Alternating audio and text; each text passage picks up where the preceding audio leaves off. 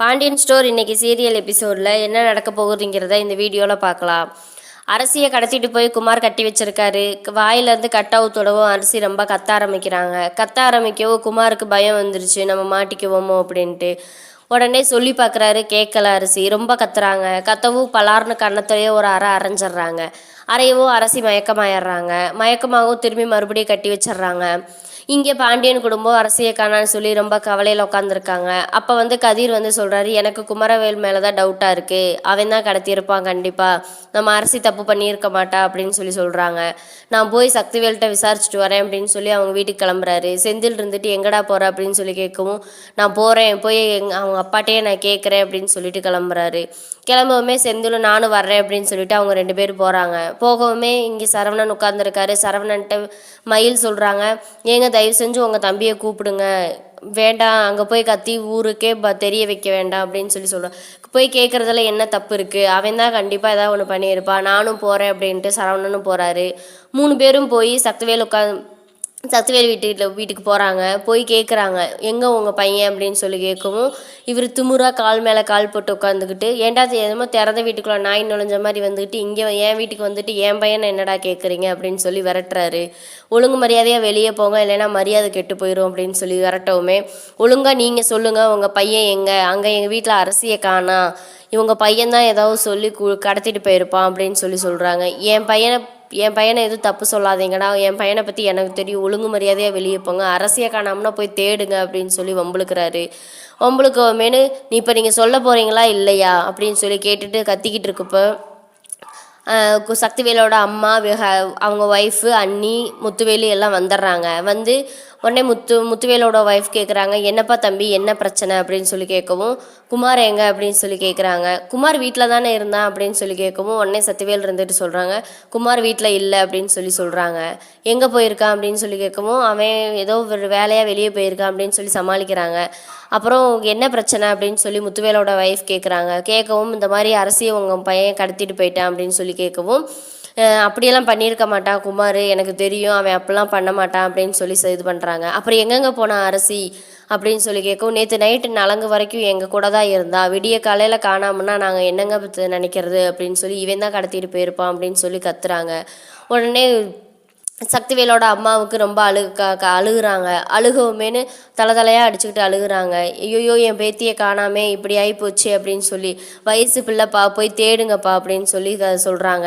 இங்கே சக்திவேலு ரொம்ப வம்புழுக்கிறாரு, அந்த ஓடுகாலி மகன் எங்கே போனாலும் போய் தேடி பாருங்க, அதை விட்டுவிட்டு இங்கே கத்திக்கிட்டு கிடக்குறீங்க அப்படின்னு சொல்லி ஏய் மரியாதையாக பேசு அப்படின்னு சொல்லி சரவணன் சத்தம் போடுறாரு. சத்தம் போடவுமே முத்துவேல் இருந்துட்டு, இப்போ பேசாமல் போகிறீங்களா இல்லையா, சும்மா என் வீட்டில் கத்திக்கிட்டு இருக்க வேலை வச்சுக்கிறாதீங்க, உங்கள் பொண்ணை காணாமனா போய் கம்ப்ளைண்ட் கொடுங்க போலீஸில் அப்படின்னு சொல்லவுமேனு முழிச்சுக்கிட்டு இருக்காங்க. 3 பேர் பார்க்குறாங்க.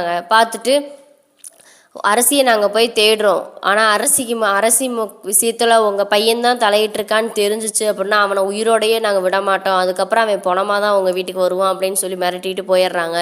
இங்கே சக்திவேலோட அம்மா ரொம்ப அழுகுறாங்க. ஐயோ என் பேத்தி கல்யாணத்தை நான் போய் நிம்மதியாக பார்க்கலான்னு நினச்சேனே, அந்த நடக்காது போல இருக்கே, கல்யாணத்துக்கும் இந்த வீட்டுக்கும் இந்த ஒரு பொருத்தமே வரமாட்டேங்குதே அப்படின்னு சொல்லி ரொம்ப அழுதுகிட்டு இருக்காங்க. அவங்க 2 பேரும் ஆறுதல் சொல்லிக்கிட்டு இருக்காங்க.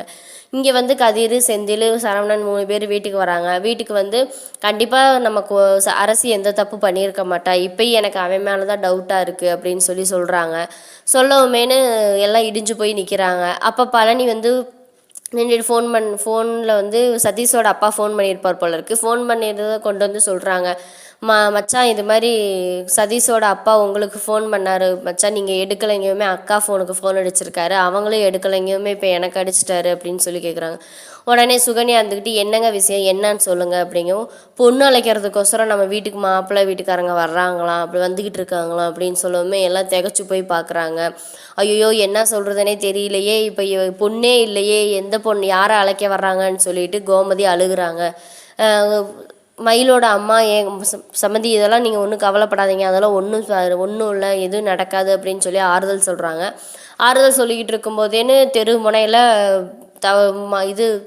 தெருமுனைக்கு வந்துட்டாங்க. தெருமுனைக்கு வரவுமேனு மேலே சத்தம் கேட்டுட்டு பாண்டியன் எந்திரிச்சு கிளம்புறாரு. கிளம்பவுமேனு செந்தில் கேட்குறாரு, அப்பா நீங்கள் எங்கேப்பா போகிறீங்க அப்படின்னு. உடனே பாண்டியன் ரொம்ப சோகத்தில் என்னடா பண்ணுறது, அப்புறம் வந்தவங்கள வான்னு கூட கூப்பிட வேண்டாமா அப்படின்னு சொல்லிட்டு எல்லாரும் வெளியே போய் நிற்கிறாங்க. மாப்பிள்ளை வீட்டுக்காரங்க ரொம்ப சந்தோஷமாக சதீஷோட அப்பா எல்லாமே சந்தோஷமாக வர்றாங்க. சந்தோஷமாக வந்து நிற்கிறாங்க. வீட்டு முன்னாடி நிற்கவும் வாங்கன்னு சொல்லி இவங்களும் கூப்பிட்றாங்க. கூப்பிட்டுட்டு ஒரு மூஞ்சியில் யார் மூஞ்சிலையுமே சந்தோஷம் இல்லை, கல்யாணத்துக்கு யாருமே கிளம்பலைங்கவுமேனு உடனே சதீஷோட அப்பா சொல்கிறாரு, நான் அப்போவே சொன்னேன், இல்லை இவன் தான் கேட்க மாட்டேன்னு சொல்லிட்டு நானே பொண்ணை வந்து கூட்டிகிட்டு போவேன்னு சொல்லி பிடிவாதமாக வந்து கூப்பிட வந்திருக்கான் அப்படின்னு சொல்லி எல்லாம் சொல்லி சந்தோஷமாக பேசிகிட்டு இருக்காங்க. சதீஷோட அம்மா சொல்கிறாங்க, நாங்கள் ஒன்றும் சொல்லாமல் வரலையே, சொல்லிட்டு தானே வந்தோம், ஏன் இப்படி எல்லாம் திகச்சு போய் நிற்கிறீங்க, என்ன யாரும் கல்யாணத்துக்கு கிளம்பலையா, மாப்பிள்ளை வீட்டுக்காரங்க நாங்களே ரெடியாகி வந்துட்டோம், நீங்கள் என்ன கிளம்பலையா அப்படின்னு சொல்லி கேட்குறாங்க. இப்போ வந்தவங்கள வான்னு கூட கூப்பிடுவீங்களா கூப்பிட மாட்டீங்களா அப்படின்னு சொல்லவும் அப்புறம் வீட்டுக்குள்ளே எல்லாம் போகிறாங்க. இங்கே மாப்பிள்ளை வீட்டுக்காரங்க பொண்ணாளைக்கு வரவுமேனு சதீஷோட குமாரோட ஃப்ரெண்டு ஃபோன் பண்ணி இந்த மாதிரி மாப்பிள்ளை வீட்டுக்காரங்க வந்துட்டாங்க பொண்ணழைக்கிறதுக்கு அப்படின்னு சொல்லி இன்ஃபார்ம் பண்ணுறாங்க. இன்ஃபார்ம் பண்ணவுமே சரி நான் இப்போ கிளம்பி கூட்டிகிட்டு வரேன் அப்படின்னு சொல்லிட்டு அரசியோட கையெல்லாம் அவுத்து விட்றாங்க. அவுத்து விடவுமே நான் அரசி தயவு செஞ்சு என்னை விட்டு நான் போயிடுறேன் அப்படின்னு சொல்லவும், அதுக்காடி நான் உன்னை கடத்திட்டு வந்தேன் இவ்வளோ கஷ்டப்பட்டு அப்படின்னு சொல்லிட்டு அதோட அந்த இது முடிஞ்சிருது.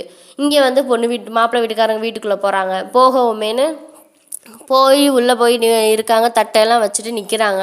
நிற்கவுமேனு சதீஷ் கேட்குறாரு, எங்கே பொண்ணு எங்கே அத்தை அப்படின்னு சொல்லி கேட்கவும், கிளம்பிக்கிட்டு இருக்கா, ரெடி ஆகிக்கிட்டு இருக்கா அப்படின்னு சொல்லி, எவ்வளோ நேரம் ஆகும் அப்படின்னு சொல்லி கேட்குறாங்க.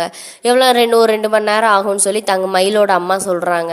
அம்மா சொல்லவுமேனு சதீஷோட அம்மா சொல்கிறாங்க, அம்மா கேட்குறாங்க கோமதி கிட்ட, கோமதி என்னாச்சு, ஏன் யாருமே வாய் திறந்து பேச மாட்டேங்கிறீங்க, என்னாச்சு இன்னைக்கு நீ கிளம்பலையா அப்படின்னு சொல்லவும், அது அப்படின்னு சொல்லிட்டு இழுக்கிறாங்க.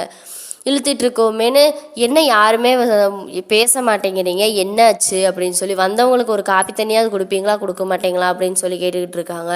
கேட்கவுமேனு அப்புறம் அந்த கூட்டத்தில் ஒரு ஆள் சொல்கிறாங்க, இன்னும் எவ்வளோ நேரம் தான் பொண்ணு காணாங்கிற விஷயத்த மாப்பிள்ளை வீட்டுக்காரங்கிட்ட மறப்பீங்க அப்படின்னு சொல்லி கேட்கவுமே எல்லாத்துக்குமே அதிர்ச்சி ஆயிடுது. என்னடா பொண்ணை காணாமா அப்படின்னு சொல்லி எல்லாம் மாப்பிள்ளை வீட்டுக்காரங்க பூரா அதிர்ச்சியாக பார்க்குறாங்க.